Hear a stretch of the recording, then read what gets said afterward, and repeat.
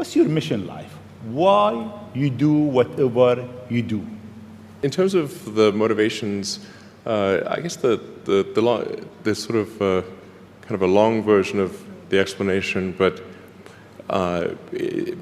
essentially, when I was a kid, I was wondering kind of what's the meaning of life, like why are we here, what's it all about, and I came to the conclusion that what really matters is trying to understand the right questions to ask.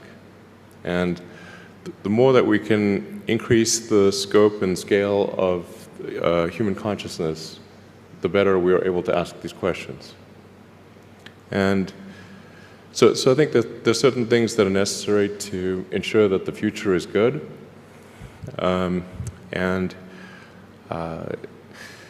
Some of those things are, in the long term, having long-term sustainable transport and sustainable energy generation, and to be a spacefaring civilization, and for humanity to be out there among the stars and be a multiplanetary species. I mean, I think being a multi-planet species and being out there among the stars is important for the long-term survival of humanity, and that's one reason, kind of like life insurance for life collectively, life as we know it. But then the part that I find personally most motivating is that it creates a sense of adventure, and it makes people excited about the future. If you consider two futures, one where we are forever confined to Earth until eventually something terrible happens, or another future where we are out there on many planets, maybe even going beyond the solar system, I think that second version is incredibly exciting and inspiring, and there need to be reasons to get up in the morning. Life can't just be about solving problems. Otherwise, what's the point? There's got to be things that people find inspiring and make life worth living.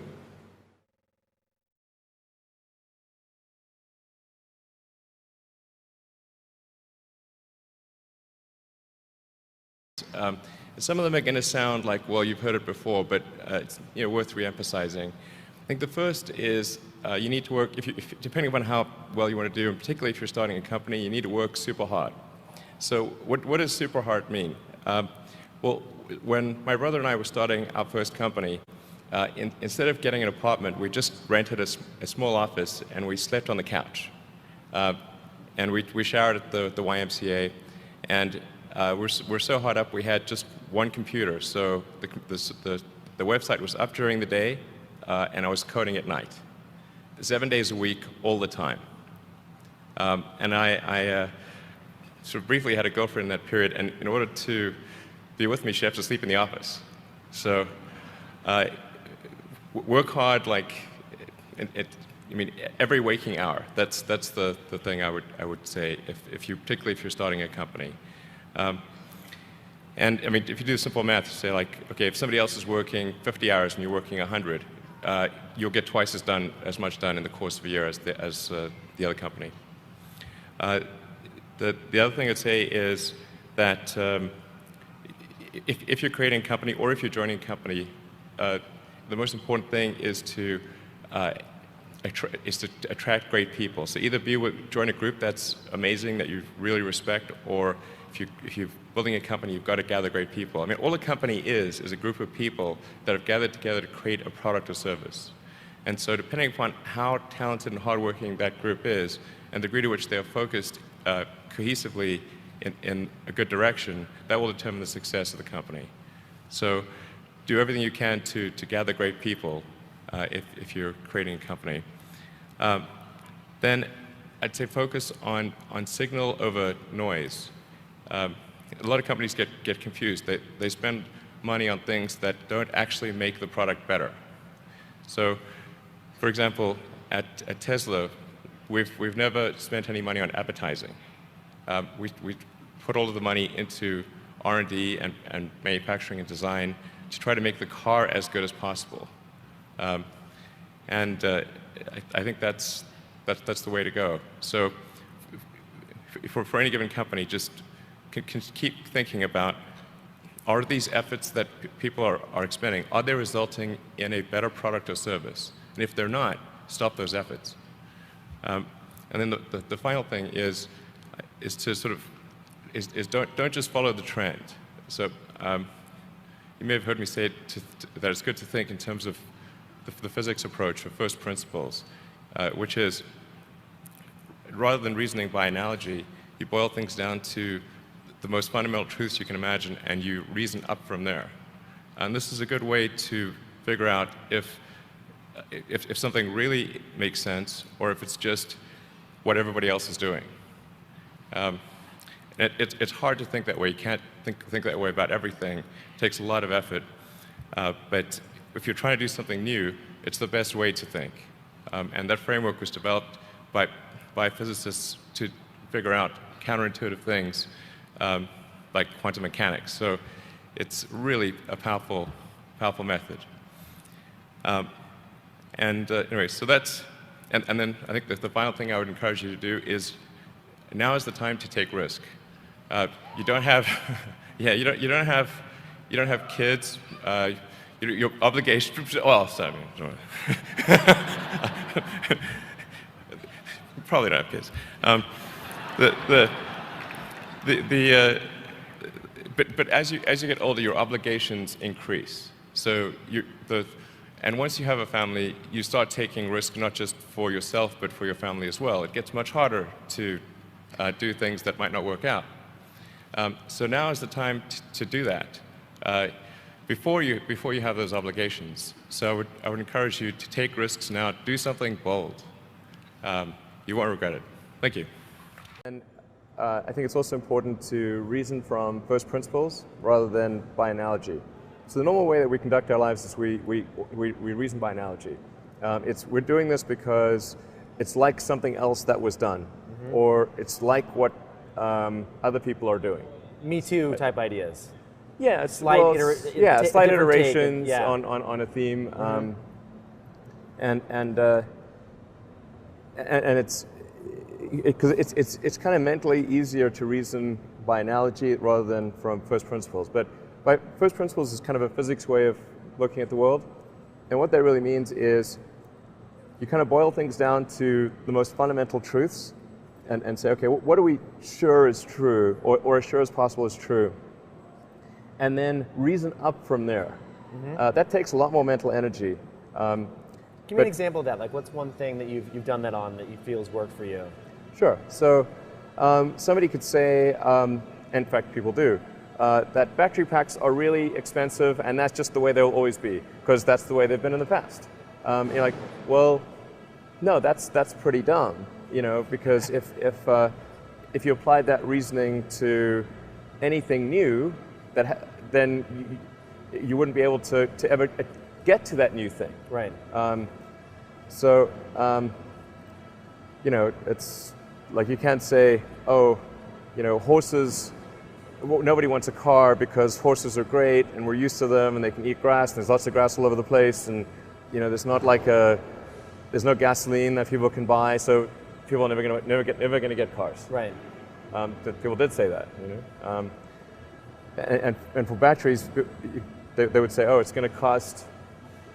Historically, it's cost $600 per kilowatt hour, and so it's not going to be much better than that in the future. And you say, no, okay, well, what are the batteries made of? So first principles would be to say, okay, what are the material constituents of the batteries?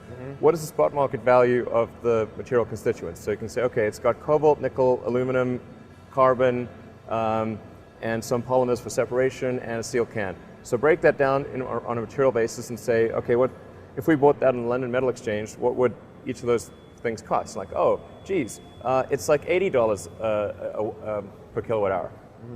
So clearly, you just need to think of clever ways to take those materials and combine them into the shape of a battery cell, and you can have batteries that are much, much cheaper than anyone realizes. And as we walked, one of the other board members asked, and maybe in a cheering up kind of method, was some quoting Bill Gates or somebody that said, if you haven't failed, then you're not learning, or that's a paraphrase of the quote. And I remember your reply, and I have it written as a quote because I want to put it on a placard. Given the options, I prefer to learn from success, which I think is a great comeback. And so I guess I was curious in general, what do you think of the Silicon Valley mantra, fail fast, fail often, or as Esther Dyson says, always make new mistakes, as if failure is the crucible of learning? I'm curious if you had any further thoughts on that, and that maybe off-the-cuff comment you made out there. Well, I mean, there are many that sort of, I mean, I think there's like some entropic basis for this. Like, there are many more ways to fail than to succeed. So you have to explore, I mean, particularly like for a rocket, there's like 1,000 ways to think and fail, and like one way it can work. So you could have a lot of rocket failures to explore all the ways in which it could fail. But I do think that one great thing about Silicon Valley is that failure is not a big stigma. So it's like if you try hard and it doesn't work out, that's okay. Like you can learn from that and do another company, and it's not a big deal. And I think that's really one of the great things about Silicon Valley. Interesting.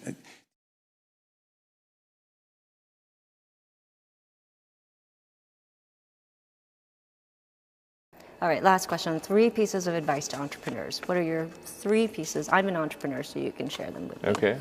How would you advise me? Well, first of all, I really need to give some thought to like, how can I provide advice that would be most helpful? And I'm not sure I've given enough thought to that to give you the best possible answer. But I think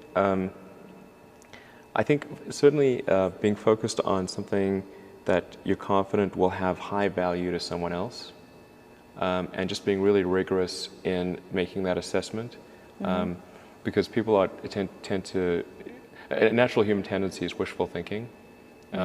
So a challenge for entrepreneurs is to say, well, what's the difference between really believing in your ideals and sticking to them versus pursuing some unrealistic dream that doesn't actually have merit? And that is a really difficult thing to tell. Can you tell the difference between those two things? Right. So you need to be sort of very rigorous in your self-analysis.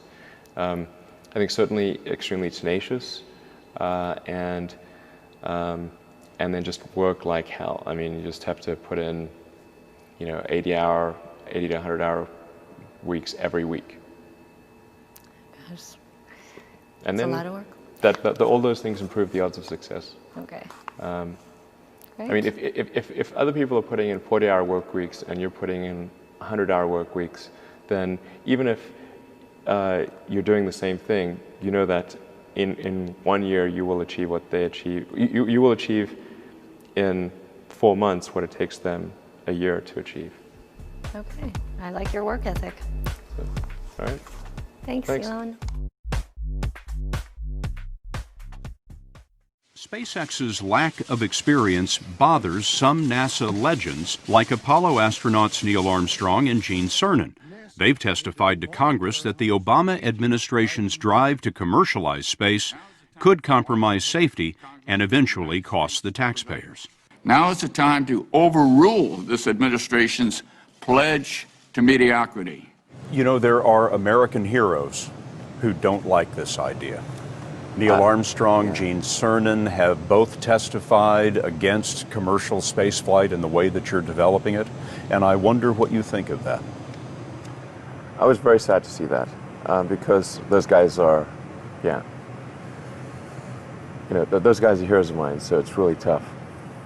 I wish they would come and visit and see the hardware that we're doing here. And I think that would change their mind. They inspired you to do this, didn't they? Yes. And to see them casting stones in your direction. It's difficult. Did you expect them to cheer you on? So they're hoping they would. So when maybe you or somebody else creates an AGI system and you get to ask her one question, what would that question be?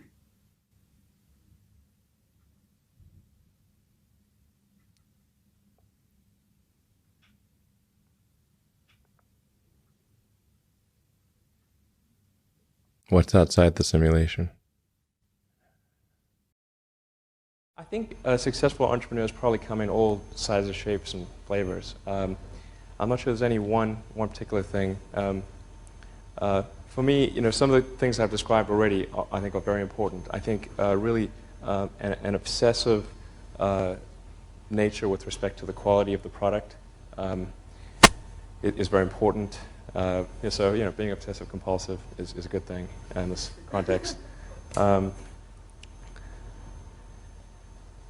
Really liking what you do, whatever area that you get into. Given that even if you're the best, there's always a chance of failure. So I think it's important that you really like whatever you're doing. If you don't like it, life is too short.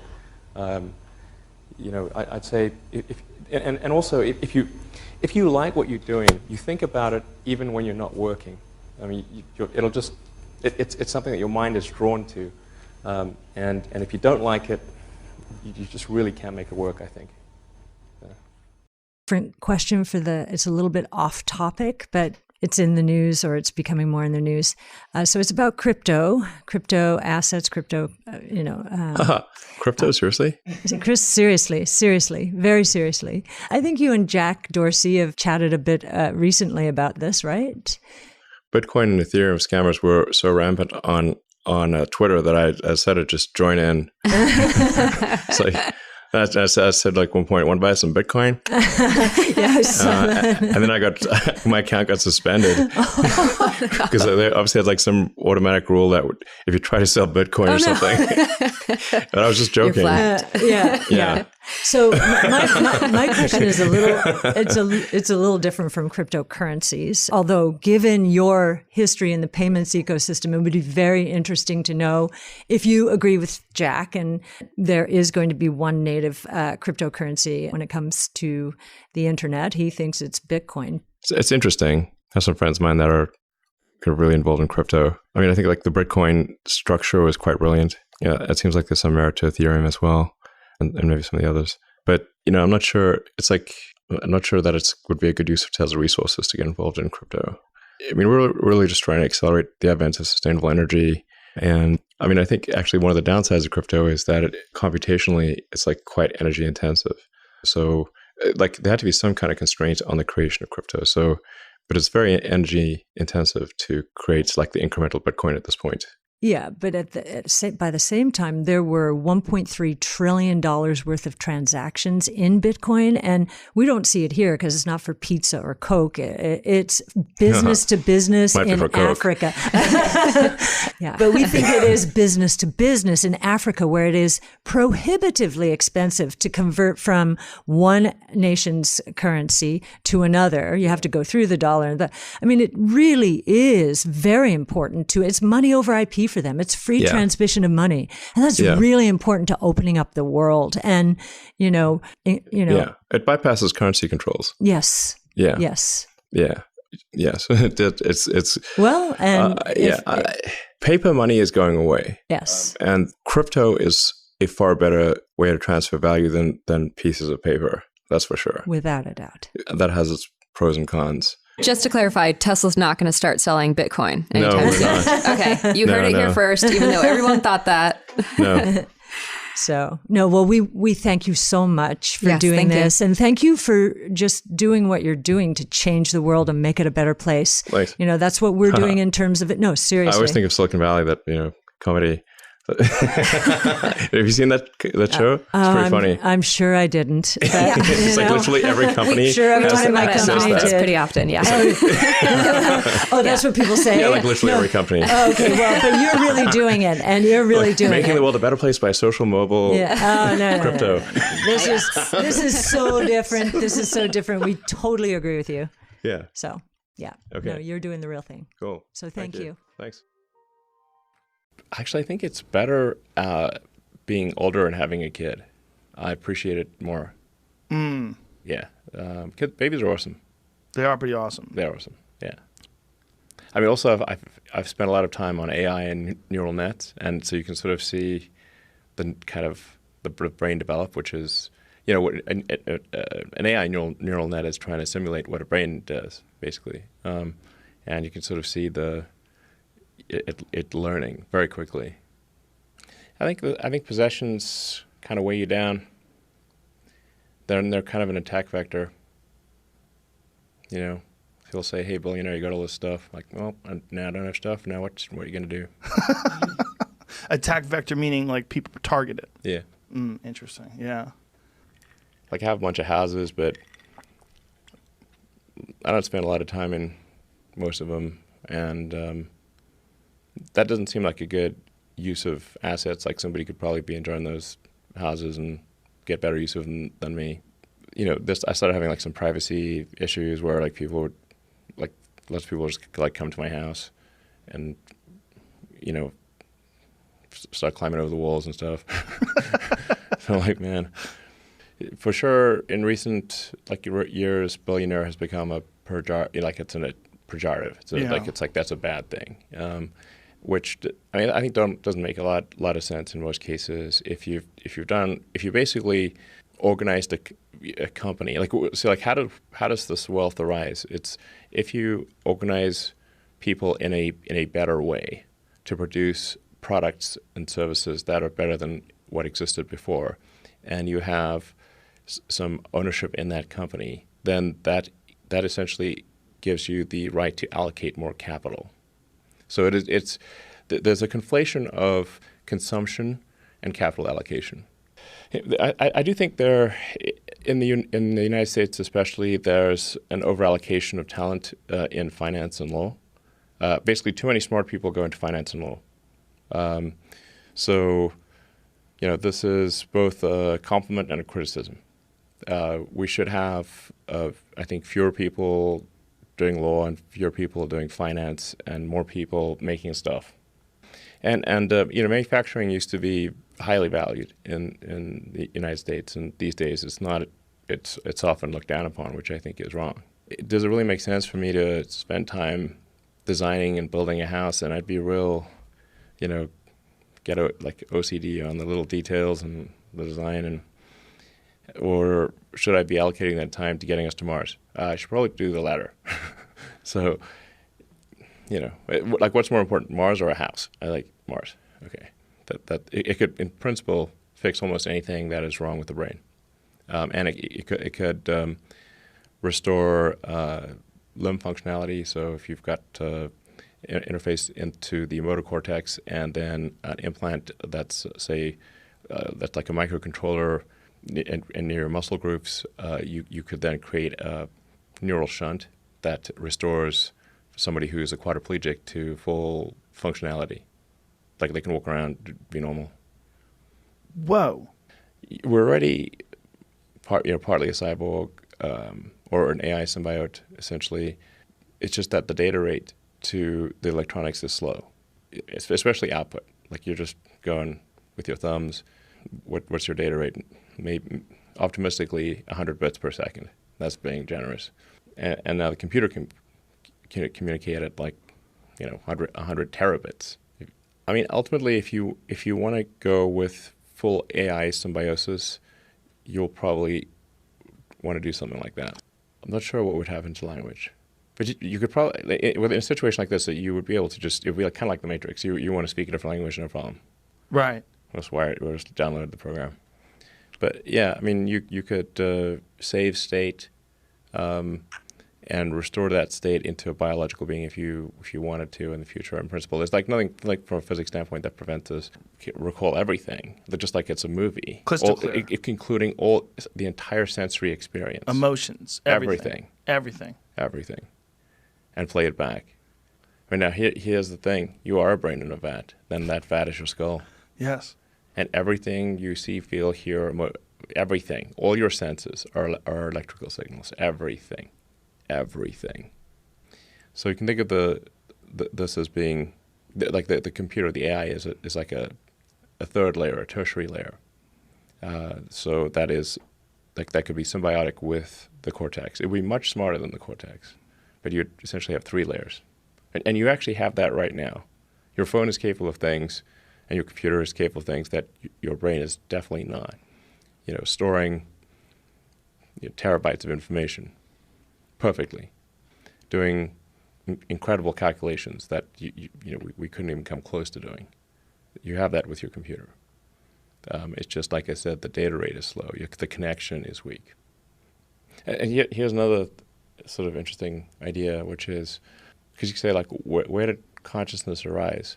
Well, assuming you believe the belief in physics, which appears to be true, then the universe started off as basically quarks and leptons, and it quickly became hydrogen and helium, lithium, like basically elements of the periodic table. But it was like mostly hydrogen, basically. And then over a long period of time, 13.8 billion years later, that hydrogen became sentient. Well, I hope consciousness propagates into the future and gets more sophisticated and complex, and that it understands the questions to ask about the universe. At the sort of like the meme sphere, there's not enough isolation between countries or regions. It's like if there's a mind virus, that mind virus can infect too much of the world. Like I actually sort of sympathize with the anti-globalization people, because it's like, man, we don't ever want everywhere to be the same, for sure, and then we need some kind of like mind viral immunity. What are we going to be? Like when? 25 years from now, what are we going to be? Well, assuming civilization is still around. It's looking fragile right now. I think the mortality rate is much less than what say the World Health Organization said it was. It's very much less. It's like probably at least an order of magnitude less. You can look at the mortality statistics, by age and whether they have comorbidities. Like, do they have like basically existing conditions? If you're below 60 and have no serious health issues, the probability of death is extremely low. It's not zero, but it's extremely low. Most of the hospitals in the United States right now are half empty. In some cases, they're at 30% capacity. Objectively, the mortality is much lower, like at least a factor of 10, maybe a factor of 50 lower than initially thought. So let's clear up the data. There will be some amount of silver lining here no matter what. Hopefully, it can be more of a silver lining than less. It's like kind of like a practice run for something that had a potential that might in the future have a serious, like a really high mortality rate. And we kind of got to go through this without it being something that kills, vast numbers of young, healthy people. Yeah. In general, I think that's like we should be concerned about anything that's a massive infringement on our civil liberties. Yes. So it's like you got to put a lot of weight on that. A lot of people died to, win independence for the country and fight for the democracy that we have, and we should treasure that and not give up our liberties too easily. I think I think we probably did that, actually. Fundamentally, a violation of the Constitution. Yes. Freedom of assembly, and these would definitely not stand up. If the Supreme Court here, it's obviously a complete violation of rights. Yeah. Yeah. Where do civil liberties fit in this picture? Yeah. And what can the government make you do? What can they make you not do? And what's okay? Right. Yeah, you can't take it personally. A lot of these people don't actually know you. It's just like, it's like if you're fighting a war, and there's like some opposing soldier that shoots at you. It's not like they hate you. They don't even know you. Right. Yeah. Yeah. So just think of it like that. Like they're firing bullets, whatever. But they don't know you, so don't take it personally. What do you think's the best source of just like information out there? That's a good question. Let's say you're just like average citizen trying to just get the facts, figure out what's going on, how to live your life, and just looking for what's going on in the world. That it's hard to find something that's good. Yeah. Not trying to push some partisan angle, not sort of doing sloppy reporting and just aiming for the most number of clicks and trying to maximize ad dollars and that kind of thing. Yeah. You're just trying to figure out what's going on. It's like I'm hard pressed to. Where do you go? Yeah, I think maybe just trying to find individual reporters that you think are good and and Yes. kind of following them as opposed to the publication.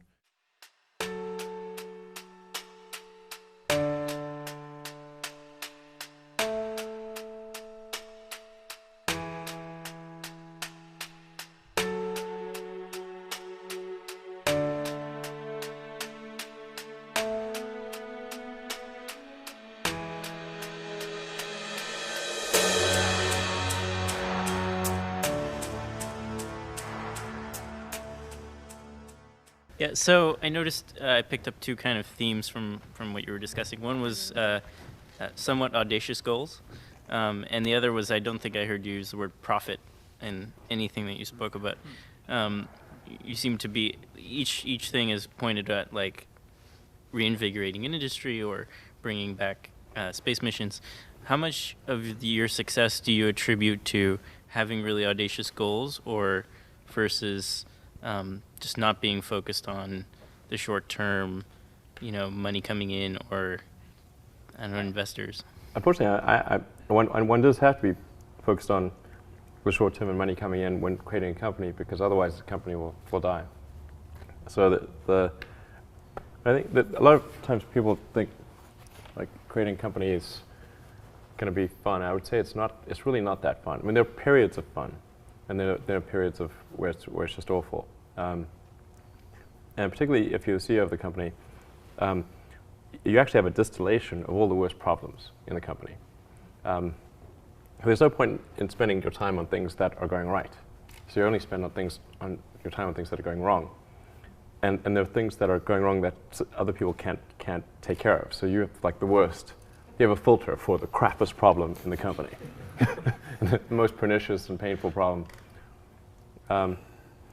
So I wouldn't say I think you have to feel quite compelled to do it, and have a fairly high pain threshold. And there's a friend of mine who says like starting a company is like staring into the abyss and eating glass.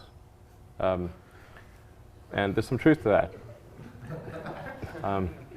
The staring into the abyss part is that you're going to be constantly facing the extermination of the company, because most startups fail. It's like 90%, arguably 99% of startups fail. So, that's the staring into the abyss part. You're constantly saying, okay, if I don't get this right, the company will die. It can be quite stressful. And then the eating glass part is you've got to do the problems. You've got to work on the problems that the company needs you to work on, not the problems you want to work on. And so that's you end up working on problems that you'd really wish you weren't working on.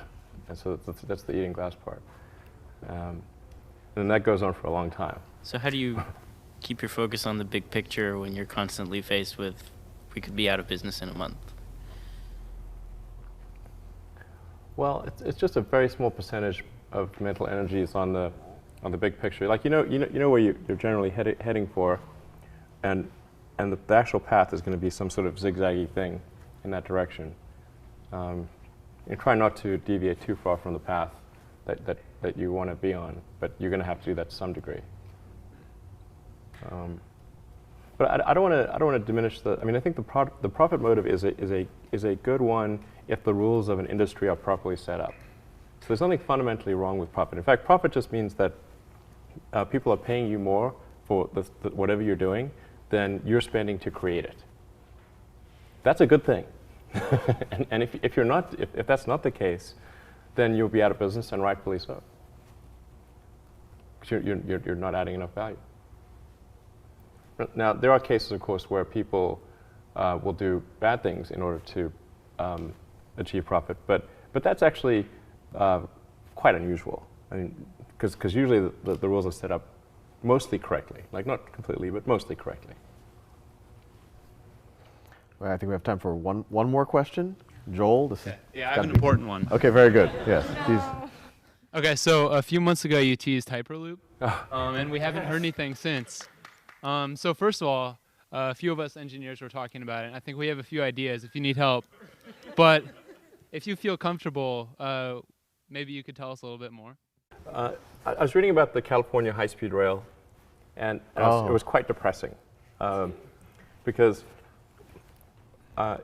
California taxpayers are going to be on the hook to build the most expensive high-speed rail per mile in the world and the slowest, which is those are not the superlatives you want. And it's like, damn, like we're in California, we make super high-tech stuff. Why are we going to be spending now the estimates are around $100 billion for something that will take 2 hours to go from LA to San Francisco? I'm like, okay, well, I can get on a plane and do that in 45 minutes. It doesn't make much sense. And isn't there some better way to do it than that? If you just say, okay, well, what would you ideally want in a transportation system? You'd say, okay, well, you'd want something that relative to existing modes of transportation is faster, let's say twice as fast, costs half as much per ticket, can't crash, is immune to weather, and is, you can make the whole thing like self-powering with like solar panels or something like that. That would be pretty, that'd be great. A good outcome. Yes. And so what would do that? And what's the fastest way, short of inventing teleportation, that you could do something like that? And some of the elements of that solution are fairly obvious, and some of them are not so obvious. And then the details, the devil's in the details of actually making something like that work. But I came to the conclusion that there is something like that could work, and would be practical. Is this around the evacuated tubes, the vacuum tubes, like at the old bank? Like that. It's something like that. Yeah. But you haven't been more public with what this is? No, although I did say that once Tesla was profitable that I would talk more about it. But we haven't done our earnings call yet, so I think I should probably do it after the earnings call. And the thing is, like, I kind of strung out on the things that I'm doing, so adding another thing. It's like doesn't, that's learning the guitar, you could pick up all sorts of things. Right. I tried learning the violin. Yes. That's, by the way, a hard thing to learn. Launching rockets, electric cars, revolutionizing transportation. Yeah, that's easy. I cannot play the violin at all. Very horrible. If you think about the future, you want a future that's better than the past. And so if we had something like the Hyperloop, I think that would be like cool. Like you'd look forward to the day that was working, and if something like that, even if it only was in one place, from LA to San Francisco or New York to DC or something like that, then it would be cool enough that it would be like a tourist attraction. It would be like a ride or something. So even if some of the initial assumptions didn't work out and the economics didn't work out quite as one expected, it would be like cool enough to like, I want to journey that place just to ride on that thing. That would be pretty cool. And so that's, I think, how, if you come up with a new technology, it should feel like that. You should really, like, if you told it to an objective person, would they look forward to the day that thing became available? And be like, it'd be pretty exciting to do something like that. Or an aircraft. Like, I thought it was really disappointing when the Concorde was taken out of commission and there was no supersonic transport available. And of course, the 787 has had some issues. But the thing is, the 787, even in the best case scenario, is only a slightly better version of the 777. And it's like, okay, not that exciting. So this is something that you are working on, and one day in the not too far future, or there's some plans or consultants involved or something. You've made some phone calls to Russia. No, every now and then, like there's like it's sort of percolating away, and then I'm not actively thinking about it, but then there'll be some new element of that. I'll think, oh well, this would make it better. Fascinating. No, well, I think I'm speaking for everyone. This is like the most epic possible conversation one could have over about the course of an hour. And I think all of us would love to chat with you for hours on end, but thank you so much. I mean, I know you have a lot of free time, so it probably wasn't that big of a deal for you to come here. But yeah, it was a huge honor, and I think it's inspired all of us to go out and change the world and the universe. Cool. Thank you very much.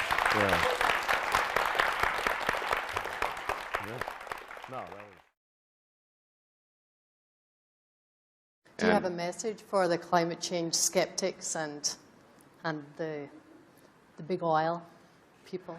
Well, as far as climate change skeptic, I mean, like you know, I believe in the scientific method, and one should have a healthy skepticism of things in general, and you know, if you approach things from a scientific standpoint, you always look at things probabilistically, not definitively, and so I think a lot of times, if somebody's a skeptic in the science community, what they're really saying is that they're not sure that it's 100% certain that this is the case. But that's not the point. The point is that is to look at it from the other side. So what do you think the percentage chance is of this being catastrophic for some meaningful percentage of the Earth's population? Is it greater than 1%? Is it even 1%? If it is even 1%, why are we running this experiment? Right, Because you called it a Russian roulette. We're playing Russian roulette with the atmosphere. we're playing Russian roulette, and then and as each year goes by, we're loading more rounds in the chamber. It's not wise. So that's and what makes it super insane is that we're going to run out of oil anyway. Like, it's not like there's some infinite oil supply. We're going to run out of it. So we know we have to get to a sustainable means of transportation no matter what. So why even run the experiment? Right. It's the world's dumbest experiment. Right. Steve Jobs was and is a wonderful Silicon Valley icon. Is he someone that you've admired, and what have you learned from Steve's life and work? Well, he's certainly someone I've admired. Although I did try to talk to him once at a party, and he was super rude to me. But I don't think it was me. I think it was sort of, you know, off the course. I think you weren't the first. Yeah, not the first. No. It was, yeah, and I was actually there with, like, Larry Page is an old friend of mine. I've known Larry since before he got venture funding for Google, and Larry was the guy that introduced me to Steve Jobs. So it's not as like I'm going like and tugging on his coat, like, you know, please talk to me. But you know, so I was introduced by Larry Page. It's not bad. So, I mean, he obviously was an incredible guy and made fantastic products. You know, and I don't know, there was like a certain the guy had a certain magic about him. You know, just sort of that was really inspiring. So, I mean, I think that's really great. Is there that magic that you try and emulate? No, I think Steve Jobs is way cooler than I am. So. That third failure in a row, did you think, I need to pack this in? Never. Why not? I don't ever give up. I mean, I'd have to be dead or completely incapacitated. 8 weeks later, Musk bet the company on another flight. We have liftoff. And this time around, everything worked. Perfect. If that fourth launch hadn't worked, that would have been it. We would have not had the resources to mount a fifth. Really liking what you do, whatever area that you get into, given that, you know, even if you're the best, there's always a chance of failure. So I think it's important that you really like whatever you're doing. If you don't like it, life is too short. You know, I'd say, and also if you like what you're doing, you think about it even when you're not working. I mean, it'll just. It's something that your mind is drawn to, and if you don't like it, you just really can't make it work, I think. I think the reality of being president is that you're actually like the captain of a very huge ship and have a small rudder. Because obviously, if there was a button that a president could push that said economic prosperity, you'd be like, they're hitting that button real fast. Full steam ahead, yeah. You could measure the speed of light by how fast they press that button. Because that's called like the re-election button. So I'm not sure how much a president can really do, but I think you know, I'm generally a fan of like minimal government interference in the economy. Like the government should be kind of like the referee, but not the player, and there shouldn't be too many referees. Right. But there is an exception, which is when there's an unpriced externality, such as the CO2 capacity of the oceans and atmosphere. So when you have an unpriced externality, then the normal market mechanisms do not work, and then it's government's role to intervene in a way that's sensible. And the best way to intervene is to put is to assign a proper price to whatever the common good is that's being consumed. And then so you're saying there should be a tax on gas? There should be a tax on carbon. You know, if the bad thing is carbon accumulation in the atmosphere, then there needs to be a tax on that. And then we can, that will, and then you can get rid of all subsidies and everything else. And it seems like logical that you should tax things that are most likely to be bad rather than, you know, like that's why we tax cigarettes and alcohol. Because those are probably bad for you. Certainly cigarettes are. And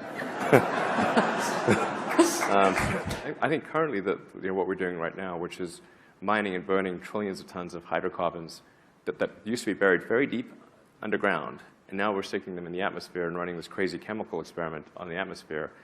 And then you've got the oil and gas companies, which have ungodly amounts of money. And you can't expect them to just roll over and die. Like, they don't do that.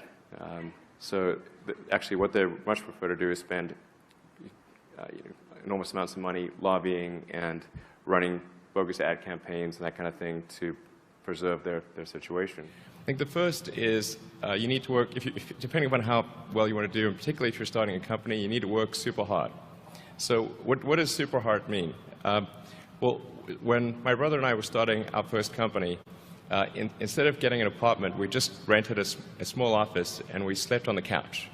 And we showered at the YMCA, and we're so hard up we had just one computer. So the website was up during the day, and I was coding at night, 7 days a week, all the time.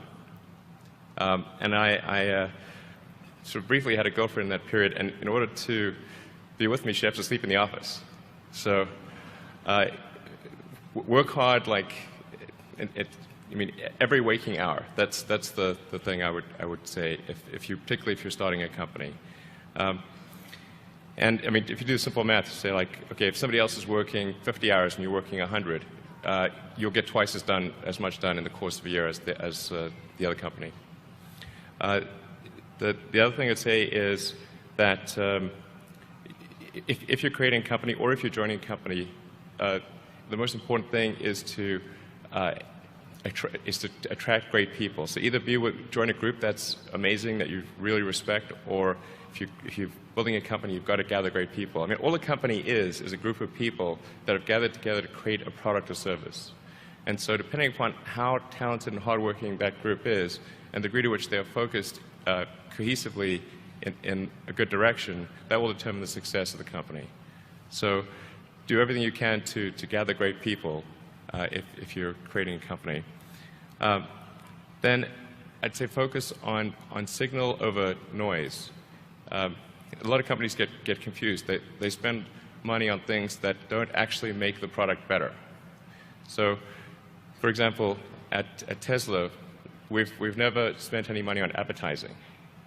We put all of the money into R&D and manufacturing and design to try to make the car as good as possible. And I think that's the way to go. So for any given company, just can keep thinking about, are these efforts that people are expending, are they resulting in a better product or service? And if they're not, stop those efforts. And then the final thing is to sort of don't just follow the trend. So you may have heard me say that it's good to think in terms of the physics approach of first principles, which is, rather than reasoning by analogy, you boil things down to the most fundamental truths you can imagine, and you reason up from there. And this is a good way to figure out if something really makes sense, or if it's just what everybody else is doing. It's hard to think that way. You can't think that way about everything. It takes a lot of effort. But if you're trying to do something new, it's the best way to think. And that framework was developed by physicists to figure out counterintuitive things like quantum mechanics. So it's really a powerful method. Anyway, so that's, and then I think that the final thing I would encourage you to do is, now is the time to take risk. You don't have, yeah, you don't have you don't have kids. Your obligation. Well, sorry.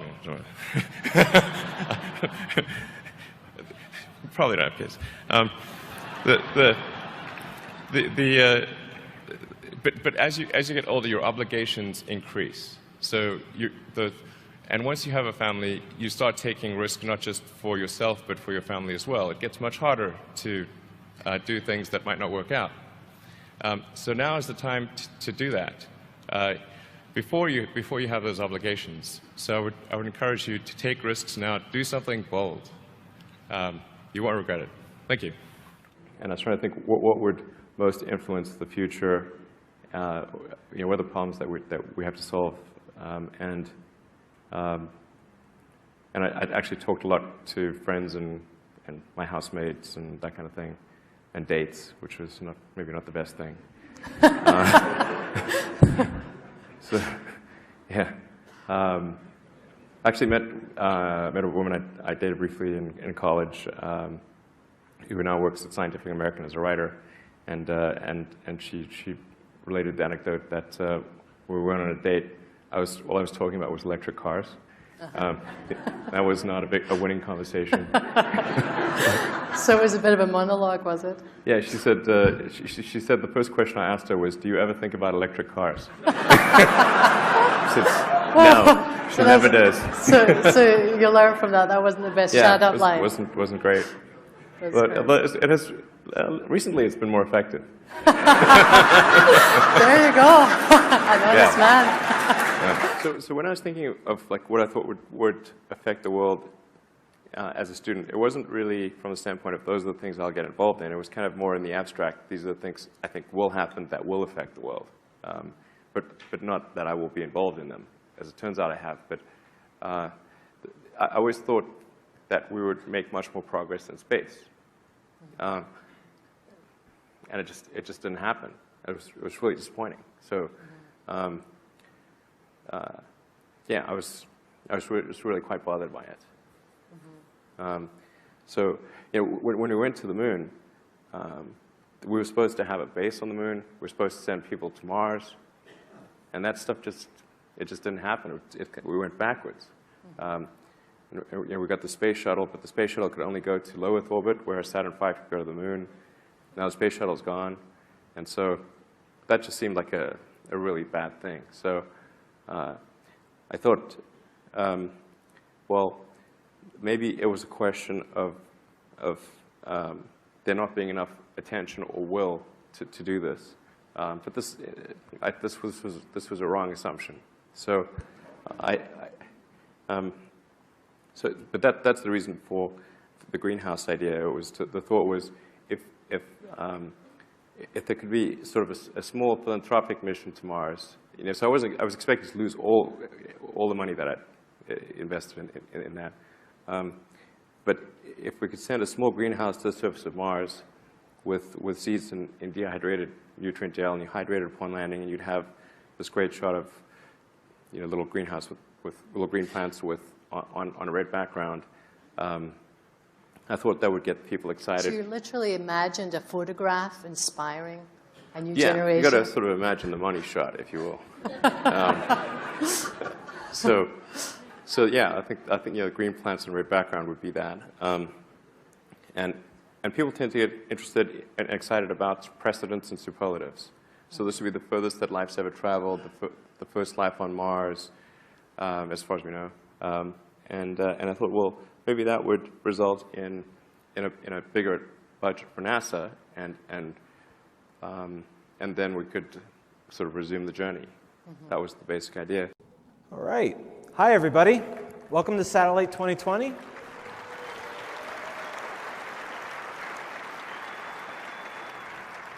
Sorry we got off to a late start. DC traffic is a killer. But my name is Jeffrey Hill. I'm the conference chair, and I'm here with Elon Musk, chief engineer and founder of SpaceX. Elon, thank you so much for being with us. Thanks for having me. I guess it was 11 years ago that we met. Yeah, and when we met 11 years ago, we were talking about Falcon 1, Falcon 9 at the time. And when I asked you, what's the point of all this, you said, it's to send human beings back into space on a US-built rocket from a U.S. built facility so that we could permanently resettle other planets. And here we are, we're right on the brink here of sending humans back into space. The Crew Dragon is in Cape Canaveral. How do you feel that you're on the doorstep here?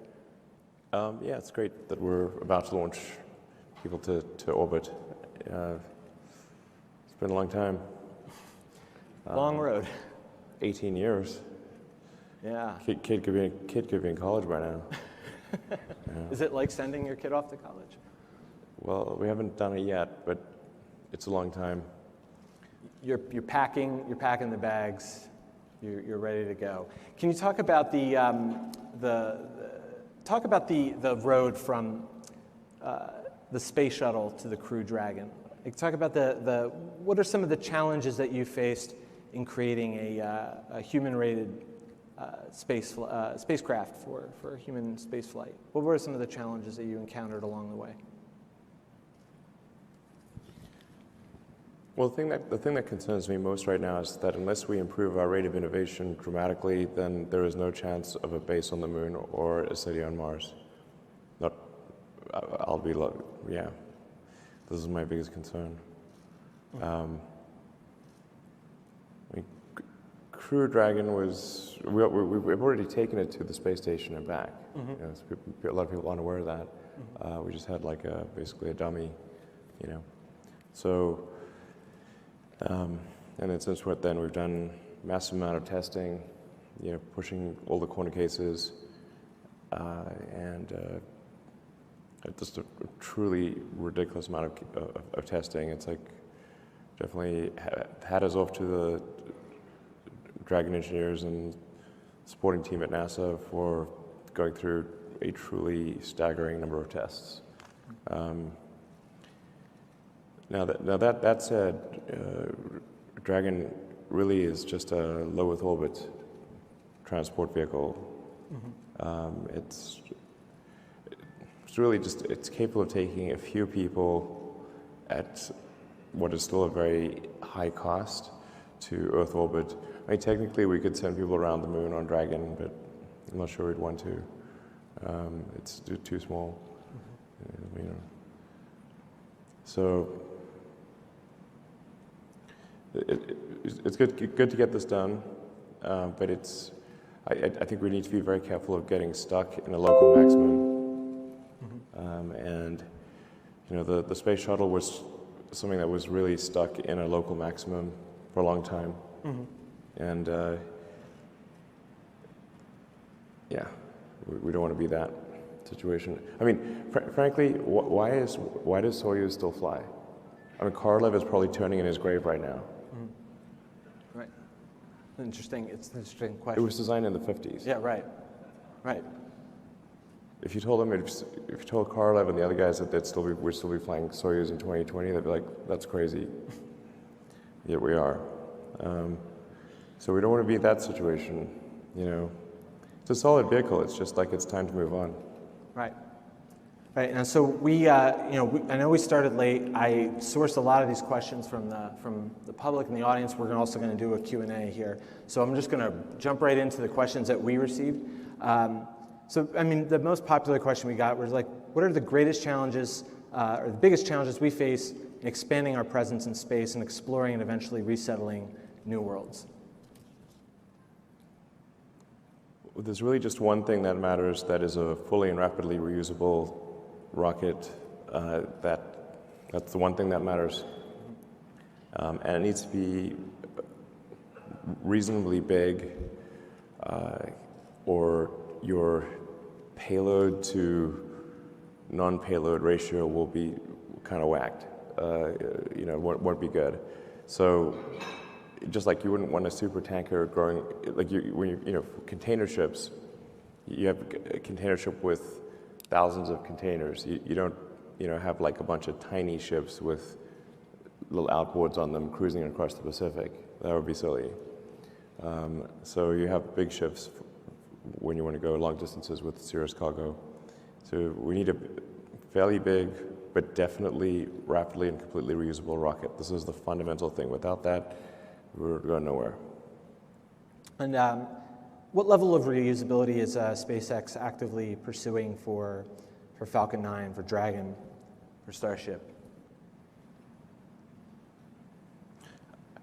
I think Falcon 9 and Dragon have, they're asymptoting, their technology architecture is asymptoting, meaning like it really would not make sense to have a Block 6 Falcon 9, you know, from where we are right now. It just doesn't make sense. That's why we have a big focus in terms of new technology development on Starship. For Falcon and Dragon are kind of like operational vehicles at this point. So they're good products. They're operational, but there's not really. We need a whole new architecture, and that's what Starship is about. Mm-hmm. And Starship needs to be fully and completely reusable, and rapidly so.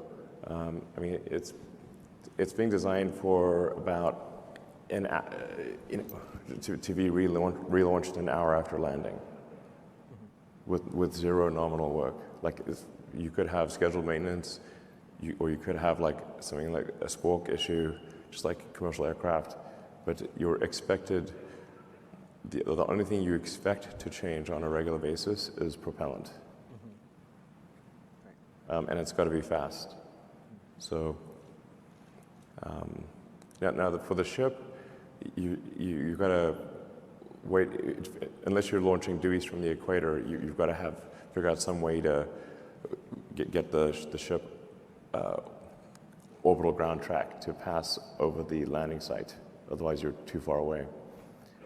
So the ship it might take 3 orbits, 4 orbits maybe to get back over the launch site.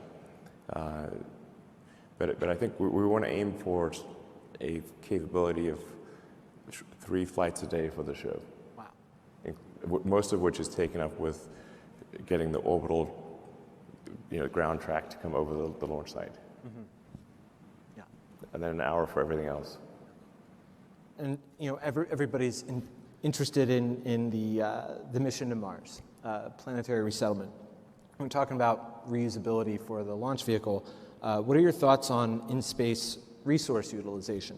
For example, water, oxygen, soil, from the moon, perhaps, maybe to go to Mars. Do you have any plans to utilize resources in space for the mission to Mars? Nope. I mean, apart from orbital refilling, I think that's very important. So you've got to. So there's one besides a fully and rapidly reusable rocket, you need to also have orbital refilling or retanking. That's fundamental, because then you can essentially recoup all of your mass fraction delta V in Earth orbit. You can leave with full tanks, and it could be from low Earth orbit or something that's maybe elliptical or something like that if you want to go higher energy. But that's crucial for getting to Mars. The moon is neither here nor there. I mean, using the moon would be like, okay, if you want to cross the Atlantic, maybe you want to go to Iceland, probably not, But, to visit, sure, but it's not like a mandatory stop, Right. Yeah. So, and also, for the mission to Mars, what advancements, we talk a lot about hardware and physics problems, and what about advancements in software? The reason I bring this up, recently, are you familiar with the game designer Jonathan Blow?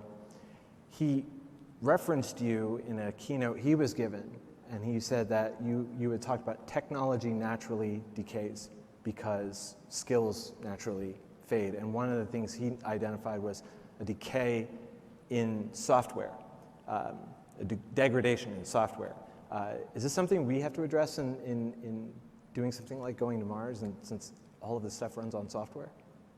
Well, software is an increasing part of any piece of technology. Mm-hmm. I mean, Tesla, the car is extremely configurable. It's basically like a laptop on wheels. So software matters enormously there. And really, for example, for full autonomy, the only gating factor is software. The hardware is all there that's required. It has been for the last couple of years. Well, the final piece of hardware was upgrading the computer to have more compute power. So software is extremely important. The point you're alluding to, which is that, what I was referring to is technology does not automatically improve. Right. People are used to the phone being better every year.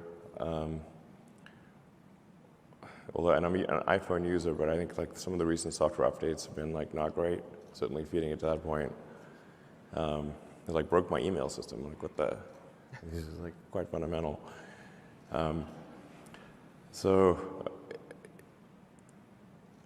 yeah, there sure is a lot of software out there, and some of it's like the people that wrote it are retired or maybe dead. So like now, how do you fix it? It's going to be an issue. I think we definitely need a lot more smart people working software.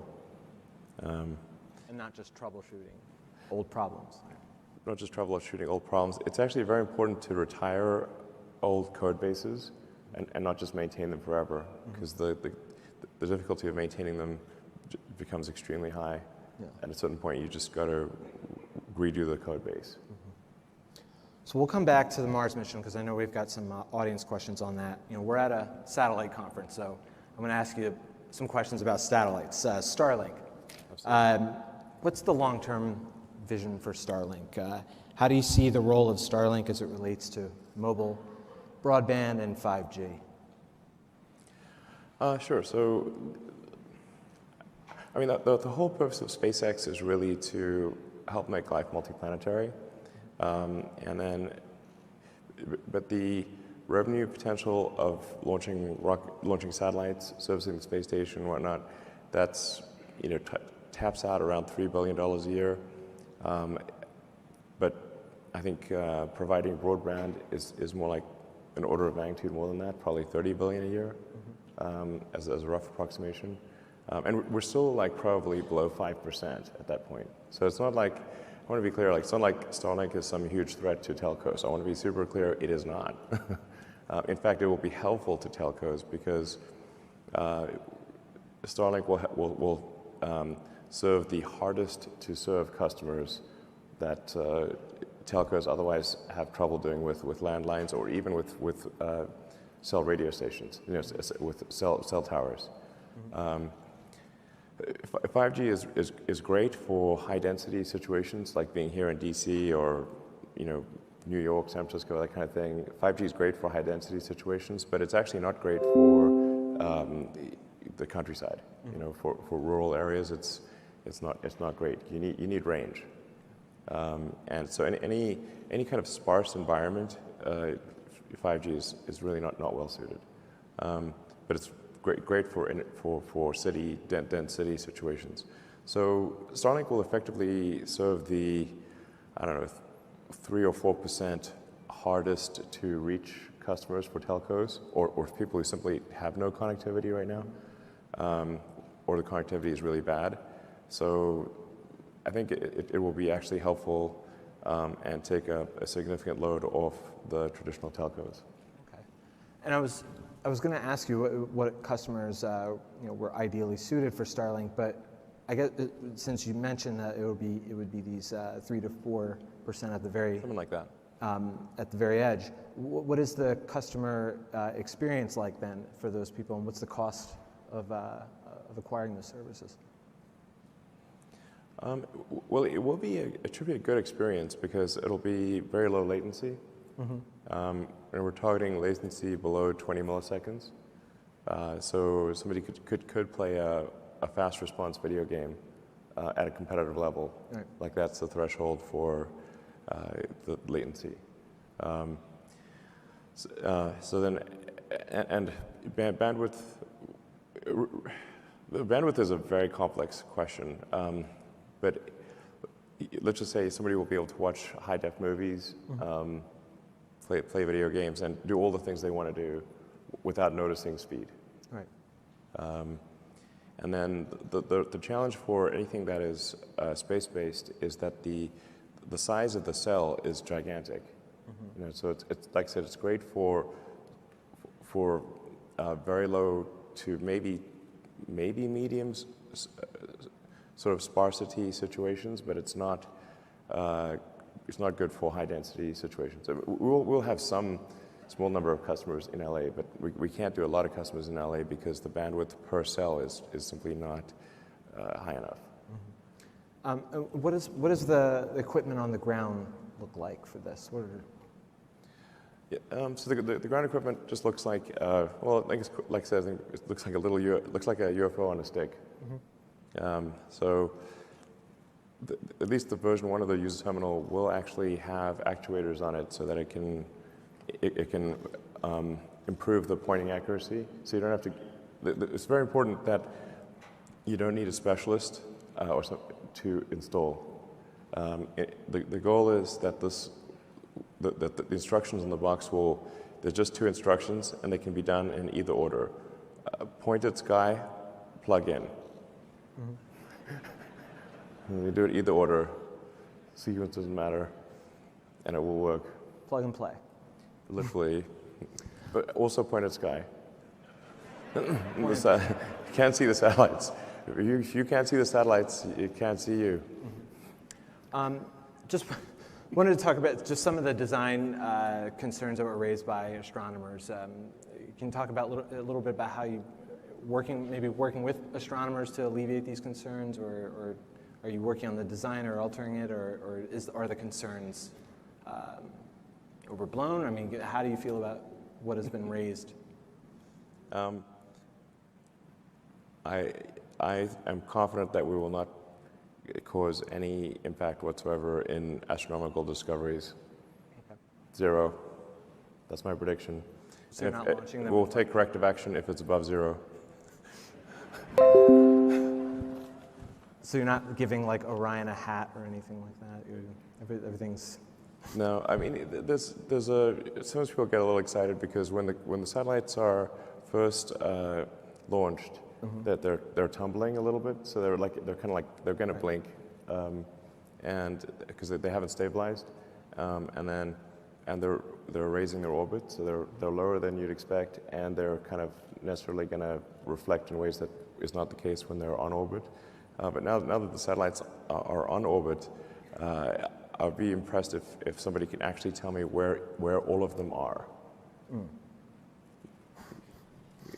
I've not met someone who can tell me where all of them are, not even one person. Interesting. Yeah. So it can't be that big of a deal. But we are to be clear, we are actually working with senior members of the science community and senior astronomers to minimize the potential for reflection of the satellites. So, we're running a bunch of experiments to, for example, just paint the phased array antenna black instead of white, and we're working on a sunshade because there are like certain angles where if the sun gets just right, and there's not like a little sunshade, we're not talking about a lot here, then you can get a reflection. And so we're launching a sunshade, changing the color of the satellites, and otherwise minimizing the potential for any impact. Even like aesthetically, this should not be an impact, I think. Recently, Gwen Shotwell in Bloomberg was quoted as saying that you were exploring splitting Starlink from SpaceX. Could you talk a little bit about that, why that would happen, and how you see both of these independent companies functioning, and just talk a little bit about that? We're thinking about that 0. We're thinking about that what? 0. 0? 0. Not thinking about it at all. We need to make the thing work. It's far from obvious that I mean, it's real important to just set the stage here for LEO communications constellations. Guess how many LEO constellations didn't go bankrupt? 0. Right. 0. Iridium's doing okay now, but the Iridium 1 went bankrupt. Orbcom went bankrupt. Globalstar bankrupt. Teledesic bankrupt. Am I leaving anyone out? There's a bunch of others that didn't get very far that also went bankrupt. Anyway, they all went bankrupt. So you're focusing on making it work first? Not bankrupt. Right, and not going that would be a big step.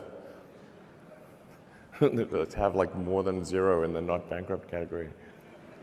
How would you, I mean, how does it work then with the business of SpaceX, since you're like, I mean, you are launching other constellations. Is that an issue? Does that cause a conflict, or? We're launching other constellations? Or you're launching other satellites. Yeah, sure, whatever, yeah, no problem. Of course. Right. So there's no like, We're even giving them a good deal, by the way.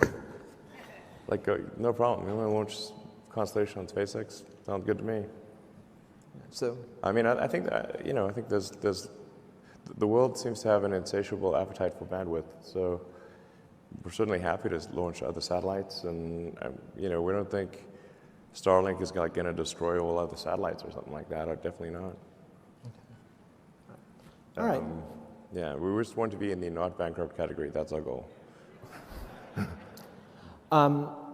Since you're now the company of SpaceX, now you're building or launching satellites. Are you looking at expanding the business of SpaceX into other areas of commercial satellite connectivity? Maybe like we talked a little bit about you're already building like technology on the ground. Are there other areas that you're looking to get into in terms of commercial space connectivity or satellite services?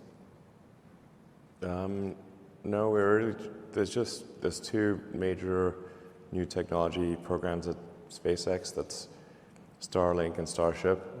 Well, it kind of has star in the name of it too much. Maybe we should call it like Link and Ship. If you divide the one by the other, the stars net out, and then it's just Link and Ship. But that's it. As far as I know, anyway. And there could be some secret project that's so secret I don't know about it. You don't have a business under the chairs. I don't think there's anything major. Okay. So I want to give time for people in the audience to ask some questions. But we talked about Starship. So development at Boca Chica is moving along pretty quickly. And yeah, actually, that was the real reason I was late. Is because I was at Boca Chica. My apologies. I was just working on Starship with the team there. So it's pretty cool out there. Actually, I like it.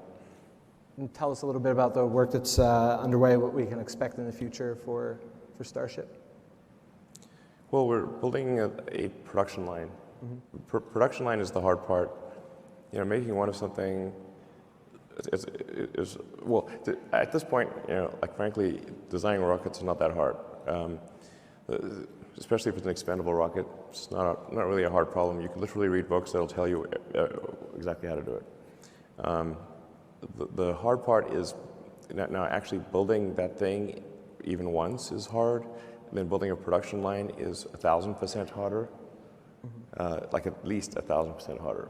Yeah. Maybe more. So just in general, production and manufacturing is underappreciated, I think, especially in the US, frankly. So we should really pay a lot more attention and care a lot more about manufacturing. This is an honest day's work, let me tell you. Also, what inspired some of the design aesthetics of the spacecraft? I mean, it's stainless steel. It's a striking design for a spacecraft. But what inspired your vision for the way it looks, the way it functions? Like, why stainless steel? Why? Well, we were going to make it out of advanced composites. And the advanced composites, they cost like $60 a pound, or $60 a kilogram, like a little more than that, maybe $130 a pound. And there were 60 to 120 plies for the tank. It was taking forever. We weren't making good progress. Cost crazy money. And I was like, okay, switching to aluminum lithium is also a pain in the neck. We do that. That's what we use for the Falcon 9 tanks, because it's hard to weld because of the reactivity of the lithium. So, you know what's easy to weld? Steel. Steel is really easy to weld. And stainless steel doesn't even require paint. That sounds great, because the paint shop's a pain in the neck. And you want to try painting something that's got to drop to cryogenic temperatures and then bend a lot, it's like, forget it. I mean, that paint wants to come off like there's no tomorrow. It does not like to stick. So then you could use special paint. And then the special paint also can't get, like, when you're going vertically at like supersonic, you get the basically static electricity buildup called triboelectrification. Although it reminds me of the trouble of tribbles. But you can basically zap yourself if you have paint the wrong paint. You know. So anyway, no paint is great. So we need a big ass paint shop for Starship. You know. One less problem to think. One less problem, and paint doesn't weigh zero. Right. You know, they used to paint the shuttle external tank white, but then like they're like, well, we're adding a lot of weight to this thing, and it's a big pain in the neck, so we'll just have it stay orange. Yeah. So just not painting it is great. So then, you know, and we're not the first to use steel. Like they used 301 in the early Atlas program. Charlie Bossert, I think it was his idea. Obviously, other people involved, but Charlie Bossert, by the way, that guy is underappreciated. He kicks ass. It's really great. You should read about his stuff. He's just awesome. So he used 301. So obviously, it's not a new alloy. I think we're going to start switching to a different alloy pretty soon, and then just tweak the alloy constituents, because we should be able to do better in 2020 than they did in like the 50s, you know. So I mean, come on. So I think we'll probably start switching away from 301 maybe the next month or two. Okay. Now the funny thing is that, like, I actually knew that steel, especially 301 full hard steel, couldn't be that heavy because the original Atlas had a very good mass fraction, right? So it can't be that bad. If you look at the normal sort of standard material sheet for 301, it will usually not tell you that it work hardens dramatically and improves the strength dramatically with work hardening, and also at cryogenic temperatures, it improves strength dramatically. So then if you combine the work hardening with the cryo strength improvement, you get an effective strength to weight that is about the same as advanced composite. Now people will generally make a mistake with composites because they'll look at the material sheet and not realize that, okay, with composites you've got to have a big knockdown, because you basically have, composites are string and glue, and so you can't just like have, like, let's say your problem calls for having 4 plies of carbon. You can't just have 4 plies. You need like 5 or 6, because in case you damage one or something like that. And you have to say, what's your worst case allowable for a D bond or something like that. So the actual knockdown you end up taking for composites is more than you would for a metal structure. So people often, so it's like a classic newbie mistake is to overrate carbon fiber. Because you look at the material data sheet and it looks like an obvious move, but it's not.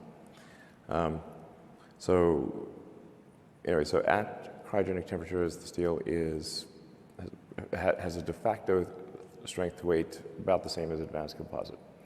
And that does not even counting the fact that you have to paint the composite, you don't have to paint the steel. Right. Then there's another factor, which is if you want to have a reusable vehicle, it's going to get hot. Composites don't like getting hot. So, typically your composite maybe is comfortable up to around 150, 200 Celsius, something like that. And things start getting pretty sketchy around 250 C. I mean, like, you start having to use advanced resins and all that kind of thing. So, whereas steel's pretty happy at 1,000 C, no problem at 500, considered 500 C all day, and brief periods of 1,000 C, no problem. So then, for a reusable vehicle, you now need zero heat shielding on the leeward side. Normally you need some heat shielding just due to radiative heating on the back. So you don't have a lot of convective heating at hypersonic, but you have radiative heating. And then you can thin out the windward side of the heat shield because the thickness of the heat shield tile is driven by the temperature on the back side of the tile where it mounts the primary structure. So if your primary structure can take a high heat, that means you can thin out the tile. So think of it like these, like oven mitts or something. Right. If you have like, how hot can your hand go, and that sets how thick your oven mitt is. Right. So then you can have, like I said, no heat shield on the leeward side, and a thin heat shield on the windward side. So now your actual total mass of a reusable steel spacecraft is less than that of the most advanced carbon fiber vehicle you could possibly imagine. Yeah.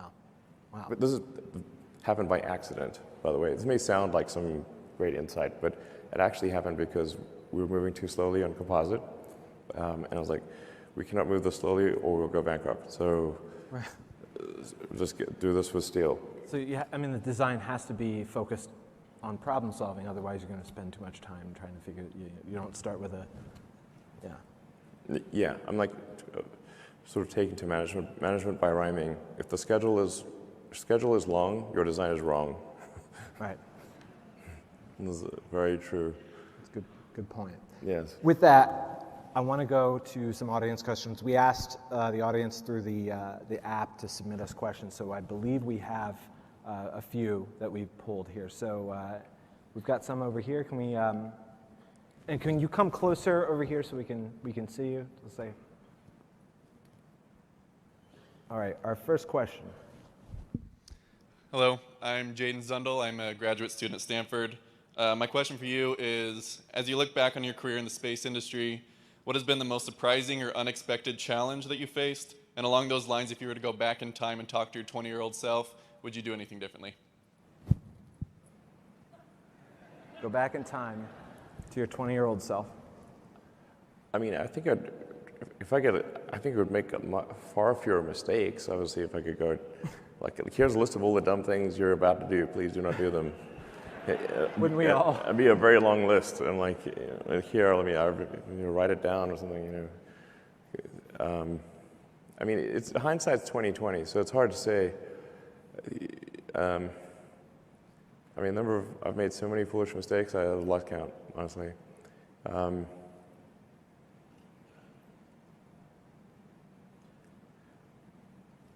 mean, some of these things I just wish like that's simple sort of mantra, management by rhyming. I mean, it worked for Homer, okay? But management by rhyming is that thing I was saying, like, if the schedule is long, the design is wrong. We've overcomplicated the design many times. And I think we should have just gone with a simpler design, with the acid test being, how long will it take for this to fly? And if it's going to take a long time, don't do it. Do something else.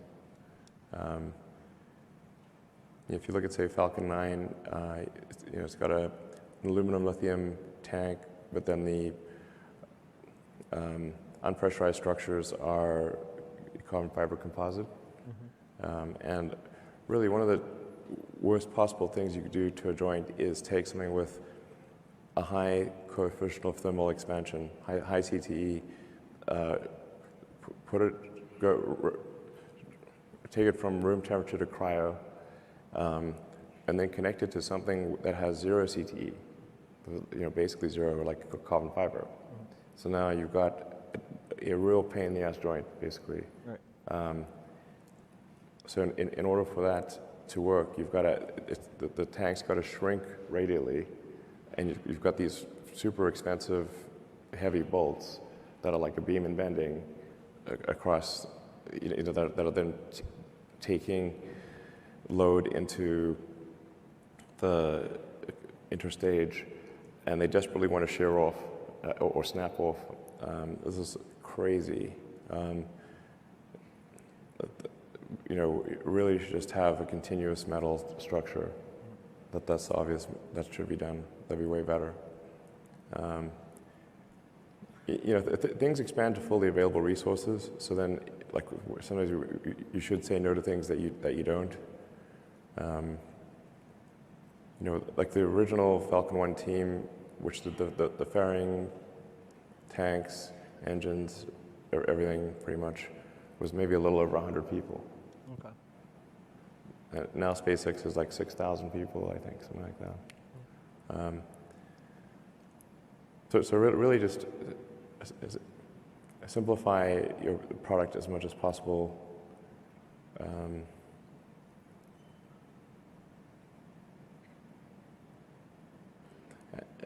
then like if I think of some of the ways in which, how does a smart engineer make dumb mistakes, including,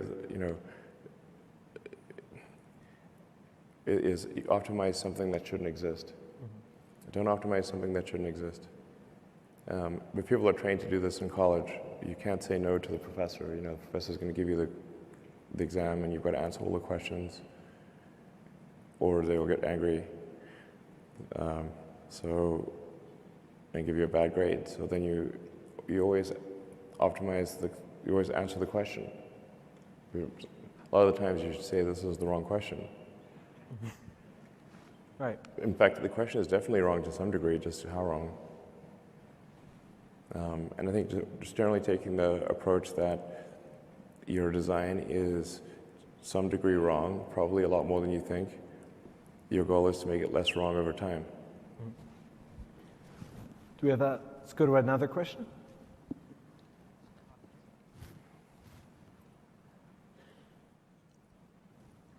Hi, my name is Julie Seven Sage, and Mr. Musk, you have said in the past that you think that college degrees shouldn't be that important, and that has been showed in job listings in places such as Tesla. However, in places like CIS industry, including even at SpaceX, in the satellite development area, many of the job listings say that you need at least a bachelor's degree and prefer at least a master's degree.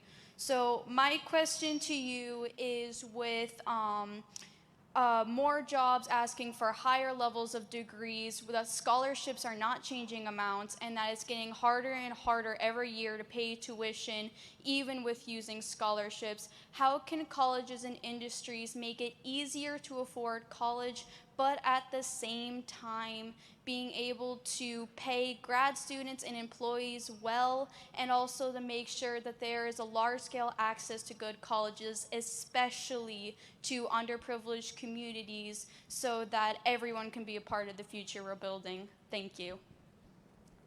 Well, first of all, you don't need college to learn stuff, okay? Everything is available basically for free.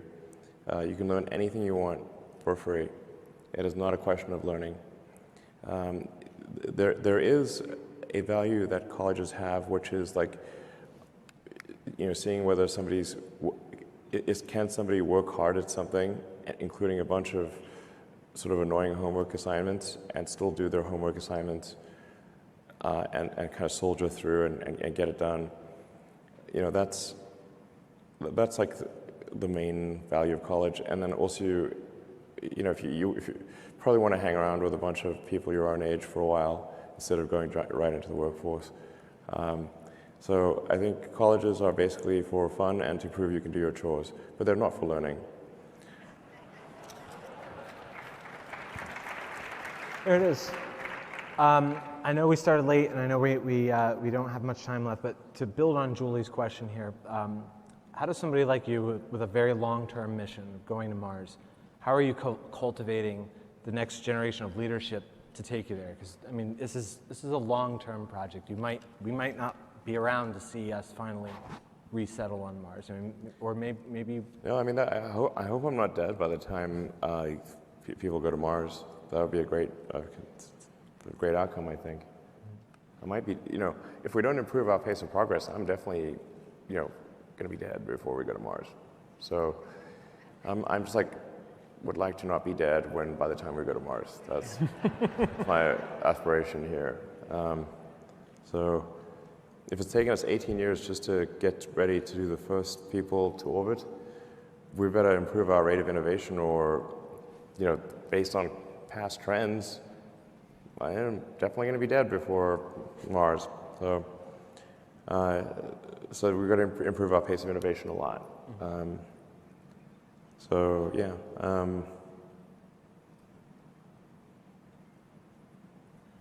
I guess what I would say is, I can tell you can see. How do you communicate that vision that you have to somebody who could maybe take over for what you're doing, and to see things the way you're seeing them in terms of the mission? Well, we have a lot of good people at SpaceX. That a lot of really talented people. In fact, I wonder, sometimes how we can make use of their talents in the best way, because I think we're often not using their talents in the best way.